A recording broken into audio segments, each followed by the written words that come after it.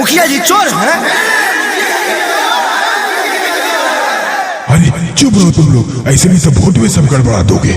क्या मुखिया जी, पिछले 5 साल में जो वादा किए थे वो पूरा कर दिए, जो फिर से वोट मांगने आ गए हैं? अरे भाई क्या बोल रहे हो, समझ में नहीं आ रहा है। बड़ी